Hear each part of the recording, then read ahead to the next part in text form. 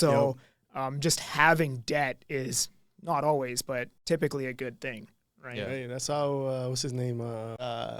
Poor Dad, Rich Dad. Yeah. Robert good debt. Kiyosaki. Yeah, okay. Yeah. Good debt, bad debt. Yeah. He's like, what's a good debt? What's a bad? He's like, good debt. He's like, as you said, having loans that you can kind of, because like property itself, it'll never depreciate. But like, okay, if I bought it for 4, I'm going to sell it for 2. When does that ever happen? Yeah. Ever. The thing with Canadian real estate is like, if you actually look at the statistics over the last like 20 years, Canadian real estate doesn't actually go up in value. Mm-hmm. It's the Canadian dollar that's been dropping. But the benefit of that is because your dollars that are invested in the property are leveraged 5x. It still makes sense. And because the debt that you have is also getting devalued every year, it makes sense, right? Like, and as an example, just to like conceptualize this, when I bought my condo in Abbotsford, the mortgage payment was $1,000. That was a big mortgage payment for me at the time. Yeah. Right?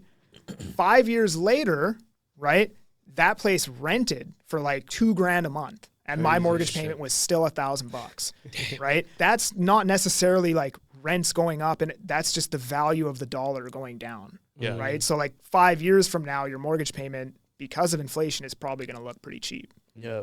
And then so like, since we were talking about interest rates before, you know, people were getting scared of interest rates. They're like, oh, you know what? I'll just get it when it's at 3%, 4%, whatever it is.